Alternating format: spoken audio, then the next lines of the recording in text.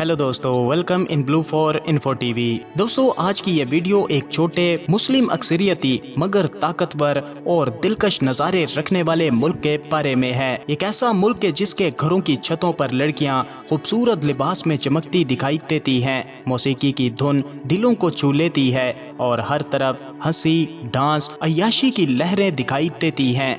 Clubs में light झिलमिलाती हैं, bars पर लग्जरी कॉकटेल और लड़कियां जो खूबसूरती की मिसाल खुद हैं, ये सब मिलकर एक जादुई माहौल बनाती हैं। दोस्तों, ये कोई ख्वाब नहीं बल्कि हकीकत है और इसे मशरिक़े वुस्ता की सबसे आज़ाद जगह माना जाता है, क्योंकि यहाँ पर पार्टीज कभी भी नहीं रुकती, चाहे दिन हो या रात हो। यहाँ के लोग बस मजे में डूबे नजर आते हैं। लड़कियाँ फैशनेबल, बोल्ड और खूबसूरत हैं। यहाँ की अय्याशी ऐसी है कि एक बार आप यहाँ जाएं तो वापस आने का दिल कभी नहीं करेगा। तो चलिए जानते हैं इस हैरत अंगेज मुल्क को मजीद डिटेल से। लेकिन वीडियो में आगे बढ़ने से पहले अगर आपने अभी तक इस channel blue for info TV को सब्सक्राइब नहीं किया तो जल्दी से चैनल को सब्सक्राइब करके साथ बेल नोटिफिकेशन को भी ऑन कर दें। तो दोस्तों, ये कोई और मुल्क नहीं बल्कि लिबनान है, जो मशरिक़े वुस्ता में बहरे रूम के मशरिकी किनारे पर आबाद है। ये एक छोटा सा मगर बहुत दिलकश मुल्क है, जहाँ पहाड़, साहिल और शहरी जिंदगी सब एक साथ दिखाई देते हैं। लिबनान का कुल रकबा तकरीबन 10,452 मुरब्बा किलोमीटर है और रकबे के लिहाज से दुनिया भर में 116वें नंबर पर मौजूद है। ये मुल्क जितना छोटा है, इसकी अहमियत इतनी ही बड़ी है। यहाँ की कुल आबादी तकरीबन 55 से 60 लाख अफराद पर मुश्तमिल है। इसके पड़ोसी ममालिक में शाम और इसराइल जैसे ममालिक मौजूद हैं और मगरिब में बहरे रूम का साहिल भी मौजूद है। यहाँ की कौमी जुबान अरेबिक है, मगर फ्रेंच जुबान यहाँ पर बहुत ज्यादा बोली और लिखी जाती है। इंग्लिश भी यहाँ पर आम है, खासतौर पर नौजवानों और टूरिस्ट में। लिबनान जैसा मुल्क दुनिया के सबसे ज्यादा मजहबी ग्रोहों वाले ममालिक में से एक है। यहाँ पर तकरीबन 53% मुसलमान हैं और 41% ईसाई, जबकि 5% में दीगर छोटे ग्रोह और 18 मुख्तलिफ मजहबी फिरके सरकारी तौर पर तस्लीम शुदा हैं। मगर ये सब मिलजुल कर रहते हैं, जो वाकई ही इस मुल्क को एक अलग दुनिया बनाते हैं। बात लिबनान के कैपिटल यानी दारुल हुकूमत शहर की जाए तो बैरूत सिटी यहाँ का कैपिटल सिटी है और इस शहर को इस मुल्क का दिल भी कहा जाता है, क्योंकि ये शहर नाइट लाइफ का बादशाह माना जाता है। और बैरूत शहर को मशरिक़े वुस्ता का पेरिस सिटी भी कहा जाता है, जहाँ जदीदियत और आज़ादी का रंग सबसे ज्यादा चमकता है। दोस्तों, लिबनान में बाइबलोस एक ऐसी जगह है जो वक्त में रुक गई लगती है, मगर हकीकत में ये दुनिया के सबसे पुराने शहरों में से एक है, जिसकी तारीख 7,000 साल से भी ज्यादा पुरानी है। यहाँ मगरिबी तहजीब की जड़ें पड़ी और आज भी इसका असर महसूस होता है। बाइबलोस की गलियों में चलना ऐसा है जैसे वक्त में पीछे चले गए हों। फिनिश मंदिर के खंडरात, क्रून वस्ती के कले और खूबसूरत साहिल इस शहर के पस मंजर को और भी हसीन बनाते हैं, जो कदीम जमाने में तिजारत और सकाफत का एक बड़ा मरकज था। सदियों में इसे फिनिश, रूमी और बाद में अरबों ने फतह किया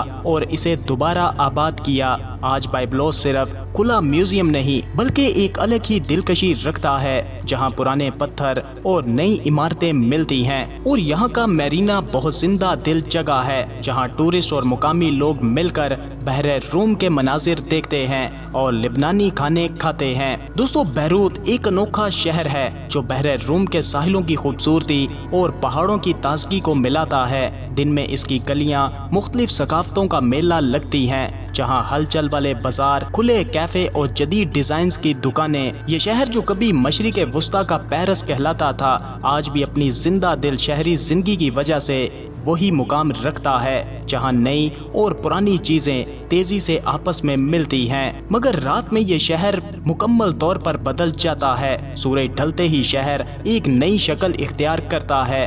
बार, म्यूजिक क्लब, टूरिस्ट और मुकामी लोगों से भर जाते हैं और ये नज़ारे मशरिक़े वुस्ता के किसी और दारुल हुकूमत में मुश्किल से ही नजर आते हैं। बैरूत के शानदार लाउंजेस और ख़ास पार्टीज दुनिया के बड़े शहरों से मुकाबला करते हैं और हर तरफ से लोगों को अपनी जानिब खींचते हैं। इसके अलावा बैरूत में बहादुरी की एक बड़ी तारीख है, सन 1970 سے 80 کی دہائی میں خانہ جنگی نے اس شہر کو تقریباً مکمل تباہ کر دیا، مگر بیروت راکھ سے اٹھا۔ تعمیر نو میں وقت لگا، مگر آج یہ طاقت اور مشکلات پر قابو پانے کی علامت ہے، جہاں زندگی مشکلات کے باوجود کبھی بھی نہیں رکی۔ بیروت شہر صرف ہلچل والا شہر نہیں، بلکہ لبنان کی دوبارہ پیدا ہونے کی صلاحیت کا عکس بھی دکھاتا ہے۔ یہ تضادات کا شہر ہے، جہاں پرانا اور نیا ہر جگہ ملتا ہے اور جدیدیت کے ساتھ ماضی سے بھی گہرا رشتہ رکھتا ہے۔ یہ سب مل کر اس شہر کو اتنا خاص بناتے ہیں۔ لبنان کی ایک سب سے خوبصورت بات اس کا جغرافیہ ہے۔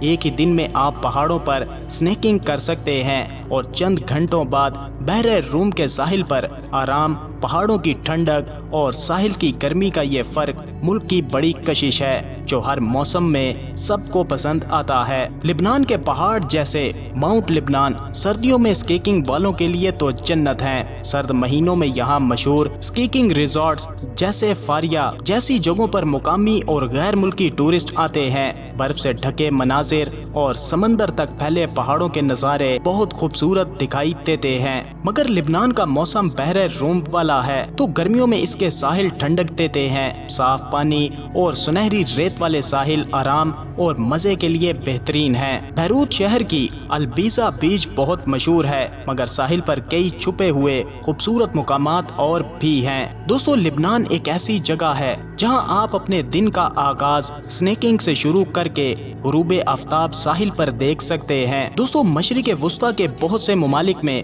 مذہبی فرق تناؤ پیدا کرتے ہیں، مگر لبنان میں مختلف مذاہب کے لوگ خوبصورت طریقے سے ایک ساتھ رہتے ہیں۔ 18 سرکاری مذہبی گروہ اور مسلمان، مارونی، عیسائی اور دوسرے سب مل کر ایک ساتھ رہتے ہیں۔ بیروت اور طرابلس جیسے بڑے شہروں میں مسجد اور گرجا گھر ساتھ ہیں اور مختلف مذاہب کے ساتھ روزمرہ زندگی کا حصہ ہے۔ سیاسی نظام بھی اس چیز کو ظاہر کرتا ہے، جہاں مختلف مذاہب کے لوگوں کو نمائندگی دی جاتی ہے تاکہ کوئی ایک گروہ دوسرے پر حاوی نہ ہو۔ یہ مذہبی ہم آہنگی لبنانی ثقافت کا بنیادی حصہ ہے۔ کرسمس اور رمضان جیسے تہوار بہت شوق اور احترام سے منائے جاتے ہیں۔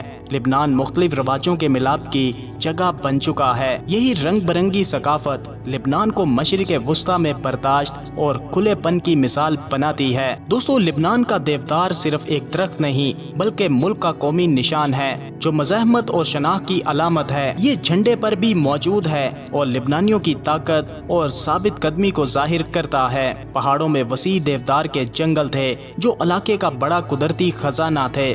فینش اسے دنیا بھر میں بیچتے تھے۔ یہ طاقت اور روحانیت کی علامت ہے، جو تاریخ اور کہانیوں میں آج بھی زندہ ہیں۔ لبنانی کھانے دنیا کے سب سے زیادہ مزیدار اور رنگ برنگے کھانوں میں سے ایک ہیں، جو ملک کی مختلف ثقافتوں کا عکس ہیں۔ تازہ سبزیاں، اناج، خشک میوے، جڑی بوٹیاں اور زیتون کا تیل استعمال کر کے شدید اور تازہ ذائقے بنائے جاتے ہیں۔ لبنان کا کھانا مہمان نوازی کی علامت بھی ہے، جہاں میزبان پیار اور کثرت سے کھلاتے ہیں۔ لبنان مشرق وسطیٰ کا سب سے آزاد خیال ملک مانا جاتا ہے، خاص طور پر پڑوسیوں کے مقابلے میں۔ گلیوں میں جدید مغربی کپڑے پہننے والی خواتین اور روایتی لباس والی بغیر کسی ججمنٹ کے ساتھ رہتی ہیں۔ یہ وہ جگہ ہے جہاں ذاتی آزادی کا احترام ہے اور لوگ اپنے مذہب یا پس منظر کے باوجود اپنے مطابق جیتے ہیں۔ بیروت آرٹ اور ثقافت کا بڑا مرکز ہے۔ جدید آرٹ گیلریاں، نمائشیں اور پروگرام